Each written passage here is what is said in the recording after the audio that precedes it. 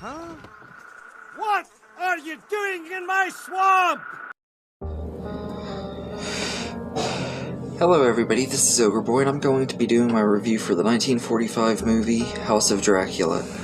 So in this movie, a scientist named Dr. Eidelman is working on cures for rare afflictions such as bone softening stuff to allow like spinal deformity to be fixed for his nurse, and he ends up meeting Count Dracula and Larry Talbot, who are both wanting to be cured of their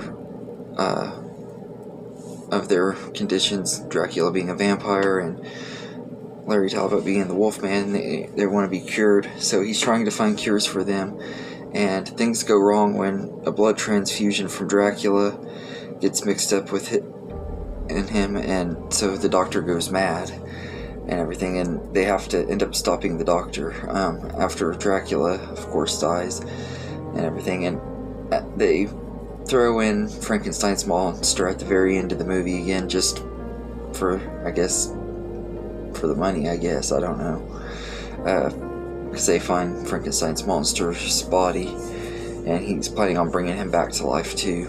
But this movie is very mediocre. I wouldn't say that it's terrible, but I wouldn't say it's very great either. It rehashes a lot of stuff from House of Frankenstein that did it way better. The stuff with Dracula was way better in that movie and everything. They just kind of rehash it where like the first few minutes deal with him, and then Larry Talbot comes in and deals with him, and then Frankenstein's at the very end of it. But it could have been so much better. I feel like this one kind of just feels like a cash grab movie, to be honest. It didn't have anything super special, except I will say that Onslow Stevens, who plays Dr. Edelman, he does a very good job playing that character. He's very good, especially in the scenes when he goes crazy. He's just really great in the role in those scenes.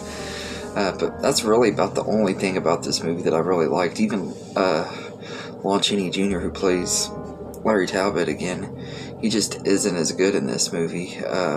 He kind of feels like he's phoning it in. It's like he's kind of just over the Wolfman stuff, and I can get it. And it doesn't have very good continuity either, because at the end of House of Frankenstein, the Wolfman was killed, and it doesn't explain at all like how he's still alive and everything, because he got shot at the end of that movie, and Dracula died at the beginning of that movie because of the sunlight and stuff. So it doesn't really make any sense. They just bring them back to have them back in here. It doesn't make any sense how they're still alive.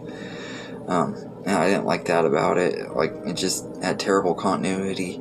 And this franchise, the Universal monster movies, are known for retconning the endings of the previous movie and stuff, but this one doesn't even really try to have a good explanation for how they come back or anything. It's really lame. And this movie just, it could have been so much better. The best scene with any of the monsters is the little scene where we see the Wolfman in the jail cell, and that's the only time we see Lon Chaney transform into the Wolfman and everything. But that was probably the best scene out of like the stuff with the monsters. It just isn't very good. I will say the effects on the bat flying around with Dracula as a bat works a lot better in this movie than it does others. It looks a little bit more real, except for the fact that you can see the strings that are pulling it around and everything. There's like one little scene where it's very obvious it's on strings and stuff, but I think it looks better than it does in previous versions. But all in all, I think House of Dracula is just a very mediocre movie. It's not super great. It doesn't do anything special for this franchise. They squeeze in Frankenstein's monster at the end of it just to have him in there so they can have him on the poster and get people to want to see it more.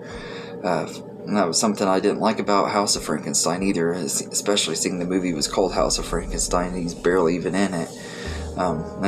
He's kind of an afterthought and everything. Glenn Strange is probably my least favorite out of the Frankenstein actors. He Didn't really get anything to do though, so it's not really fair to blame him for it because he's barely in it, but he was just shoehorned in there. I didn't like that about this movie, but besides that, I think this one was just very disappointing. I was looking forward to it a lot more and everything. I've gotten really fond of Lon Chaney Jr. as Larry Talbot and stuff in these movies because he was good in all of them, but this one he just kind of phoned it in and everything. You could tell he's kind of getting tired of doing this role, so which is really sad. So I'd say I'd give House of Dracula a 4 out of 10. It's okay. I could handle watching it. It just isn't something I'm going to want to rewatch very often and everything because it just is not one of the best movies. I could handle watching it like if I'm going through these movies like I've been doing. I'll watch it then, but that's probably the only time I ever will. It just isn't something I really love or anything. So anyway, let me know in the comments what you think of House of Dracula, and I hope you enjoyed this video, and have a good day, everybody.